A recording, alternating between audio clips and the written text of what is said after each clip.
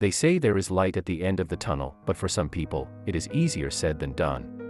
Texas-based carpenter Alfred Tyler's story is such.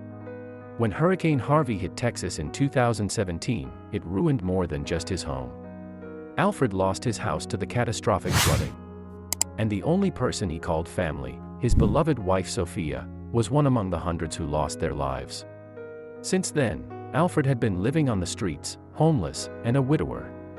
He saw no hope in living and couldn't find any job. He quit going to church and often argued with God for making his life so miserable. But one day, God answered all his questions in the most unthinkable way. On a hot afternoon in June 2021, Alfred was wandering the street looking for some shade. He was thirsty and hungry.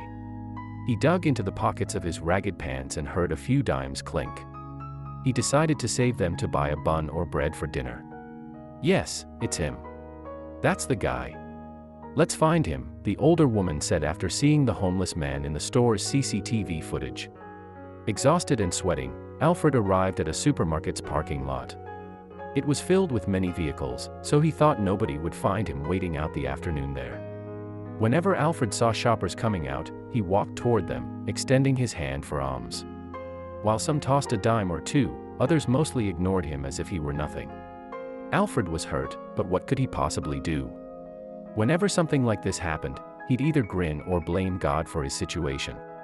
Tired and hungry, Alfred decided to take a nap on the empty spot where he'd taken refuge for the afternoon. He had almost dozed off when he heard something scraping on the floor a little farther away from him. "What's that noise?" he mumbled and lifted his head to see. An older woman had just exited the supermarket with a shopping cart, trying to unload her heavy bags and carry them. Alfred could not just wait and watch. He got up, never mind that he could smell his own sweat, and approached the wealthy-looking woman to help. "Hey, there, do you need any help? Please give it to me. I'll help you out," he said, grabbing the shopping cart. Alfred began unloading the bags from it and looked at her again. "I will carry them for you to your house if you don't mind," he said shyly. The older woman was stunned by the stranger's interest in helping her out because nobody had done this to her before. She often shopped there, and most of the time, she carried her bags herself and loaded them in her car. But that day, she didn't take her car and had to walk home carrying the hefty baggage. After a brief thought, she asked Alfred if he was sure and told him she had no money. "I can't pay you, young man. I just spent my last dime shopping." She looked at the homeless stranger from head to toe, assuming he would just walk away grinning or cursing her for wasting his time. But Alfred's reply made her realize that not all poor people were after money. "You look like my mother, and I wouldn't charge my mother for my help," Alfred said. "Please, allow me to carry these bags for you," he insisted, picking up the heavy bags. For 15 minutes or so, Alfred followed the older woman to her house with her bags. When they got there, she invited him for a cup of tea, but he refused. The stranger's kindness touched the woman's heart as she watched Alfred wave and disappear into the street. Then she checked her bag and was startled to find something she didn't remember purchasing. She examined the item and decided to track down the homeless man immediately. The woman revisited the supermarket the following day and looked around for Alfred. But he was not there. She walked into the store and met with the owner, asking him to find the homeless man. "Could you find him, please? He must have come here," she said. "The CCTV footage should help." "When did you see him here yesterday?" the store owner asked. "I think at around 2 p.m. He was in the parking lot." Pause, the store owner told the technician.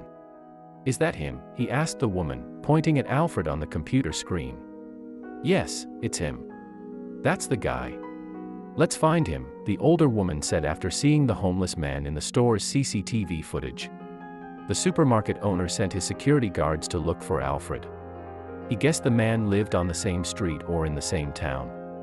After hours of searching platforms, bus stands, and parking lots, the men returned with Alfred, grabbing him by his shirt. When the older woman saw how they held the poor man, she became furious. "Leave him. You were told to bring him, not drag him." Alfred was frightened and had no clue what was happening. What's happening? "I didn't do anything," he said, his eyes filled with tears and fear. "These men found me in the bus stand and asked if I was here yesterday.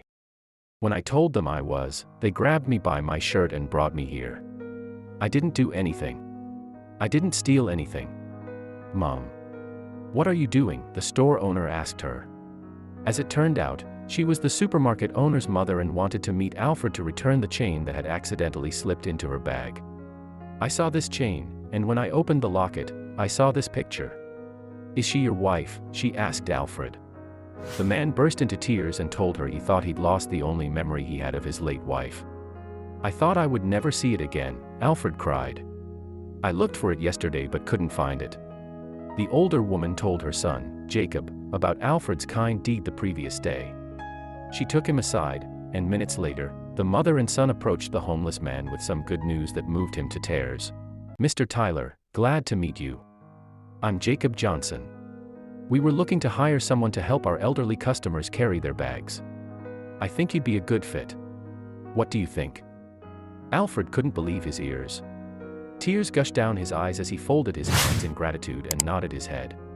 He was overly delighted, and for the first time since the tragedy, he thanked God for helping him. And you are no different from my son, she said, patting Alfred on his shoulder. Before leaving, he stopped to ask for her name. Mary, my name is Mary Johnson, she said, moving Alfred to tears once again. His late mom's name was also Mary. From that day on, Alfred, a once homeless man, reaped the sweet fruits of his compassion. He got a good job and started going to church every Sunday. Even more, he never complained about anything or blamed God again.